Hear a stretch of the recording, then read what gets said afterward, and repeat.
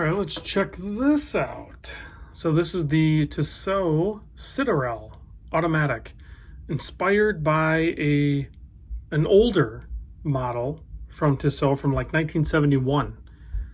Of course, updated probably size, updated materials definitely, but overall the case shape and the colors definitely represent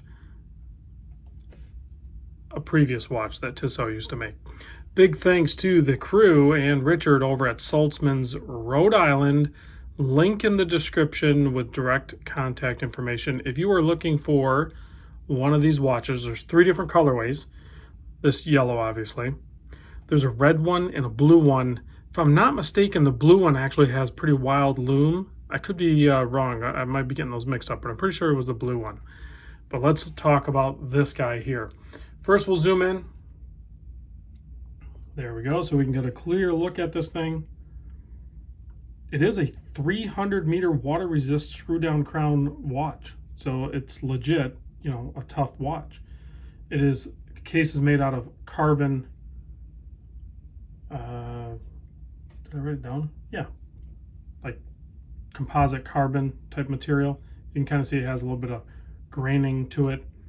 The rest of it is stainless steel, including the bezel is actually PVD coated stainless steel. Sapphire crystal, chamfered, double domed with AR coating. Case size on this I measure at 41.2 millimeter. They're calling it 41. I'm good with that. 44 millimeter lug to lug. It's 14.6 millimeter thick. Display case back. Has 20 millimeter lug opening. 7 millimeter signed screw down crown. Inside, you can clearly see is the Tissot Powermatic 80 hour power reserve, 25, I can't read that, 23 joules, something like that.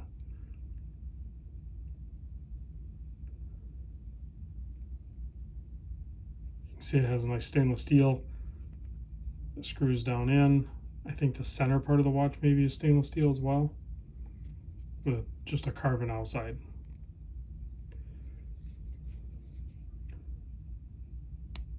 $120 click bezel.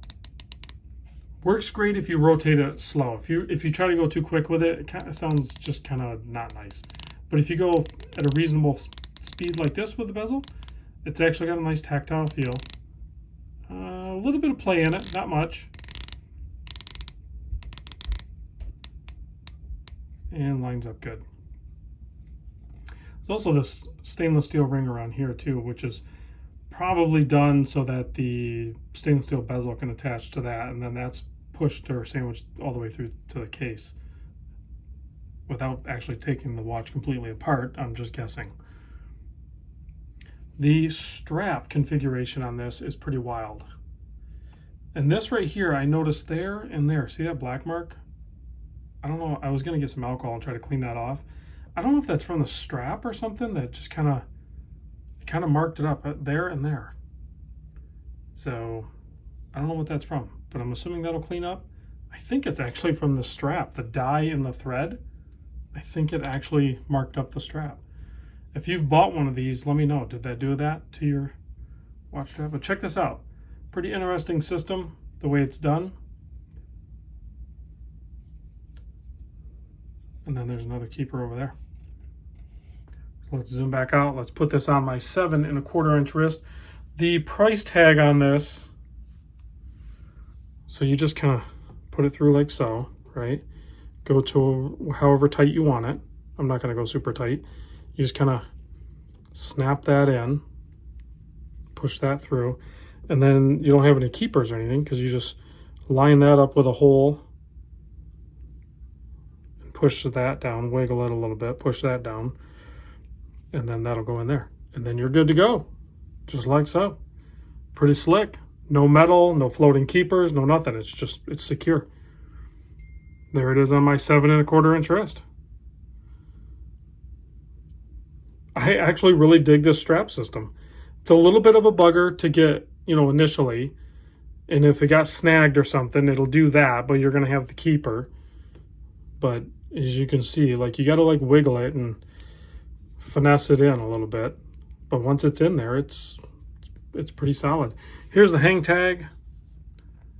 Some info. Here's the price point, $9.95. Like I said, I'll leave it up to you to talk to Richard and the crew at Saltzman's to negotiate whatever kind of package you can work out with them. Let's give this a quick blast with the UV light and see how the lume performs on the yellow one. Maybe I'll try to get the red one or the blue one if you guys want to see them.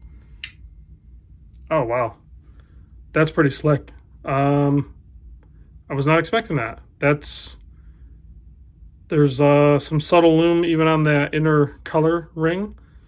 All of the markers are done kind of like an orange. You have like a BGW9 looking colorway on the bezel.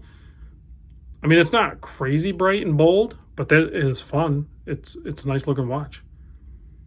Thanks for watching, guys. I'll catch you on the next vid.